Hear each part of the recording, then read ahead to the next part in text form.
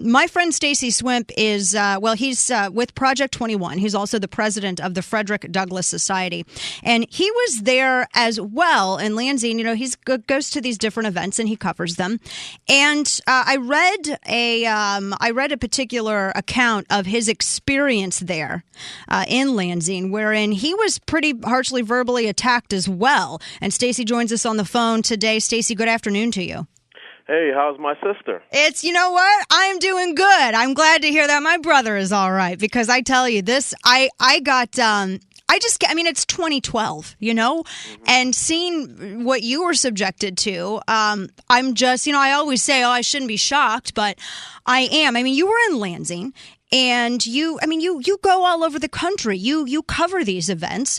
And what did you experience? Well, I experienced, Dana, what they falsely accuse people like you and I of. I experienced pure hatred. I experienced virile hatred.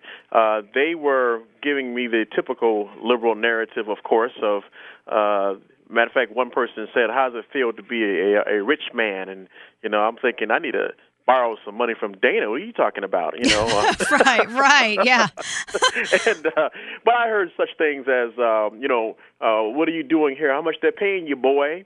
Right. They called me that proverbial N-word. Yes, that actually happened. This was not from black, but from white liberal terrorists. And I use the word terrorist, Dana, because I think what we saw in Lansing was nothing short of domestic terrorism. And and I had them threaten me. One person, a couple of black protesters made comments such as, you better be glad you're not in the hood, kind of thing, Oh, wow. Not realizing I live in the hood. I'm from the hood. Right, right. And as you know how we say it, Dana, don't get this twisted. Exactly. I mean,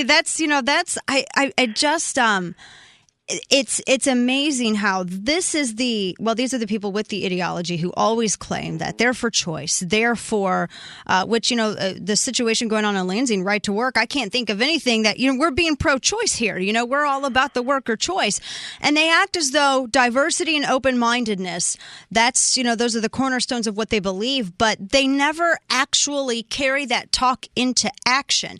And you see it here. There's so many individuals that, like Clint Tarver, his crime, I guess, was his skin color selling hot dogs too close to where conservatives were. That's exactly what his crime was. In fact, Clint and I are very good friends. His wife is not only one of my best friends, she is an advisor to the Frederick Douglass Society. I did not know that. Mm-hmm. Oh, well, that's wonderful. And she's been a mentor to me. I always tell people she's a cross between my friend, my sister, and my mother, because she cracks that whip on me, Well, and she holds me accountable, and I love her. And I love he this was man, Clint Tarver. And Clint was treated that way, as you said, precisely because of the tone, the shade of his skin.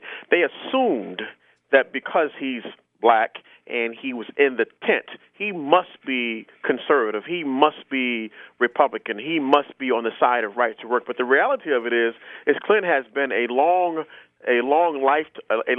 Democrat. Oh, his wow. wife, Linda Lee Tarver, no different than Herman Cain. His wife is a Democrat, and his wife has never pressured him, or vice versa. Clint's wife, Linda Lee Tarver, is the ethnic vice chair for the Michigan Republican Party. Wow. And she has never pressured Clint. She's allowed him to travel down a road, but she's always been a great example to him and to me.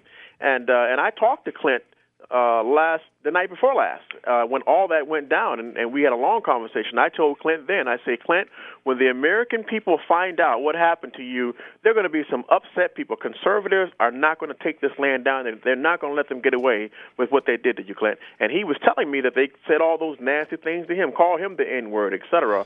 And at the core of this, Dana, is a manifestation of what you and I both know is reality. The reality of it is liberalism has always been responsible for so-called racism, segregation, discrimination, sexism, ageism, you name it, because liberals have never been able to do one simple thing, which is accept people as they are and respect the freedom of choice. And here's the thing about right to work, the angle that a lot of people don't particularly understand.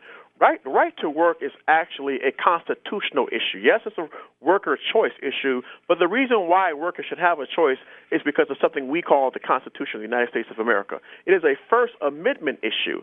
It is a freedom of expression issue, because any time that you are forced against your will to not only have to pay dues, but I heard the condescending elitist caller on your show trying to tell you that because you didn't agree with him, surely you didn't read it right. I heard him tell you that.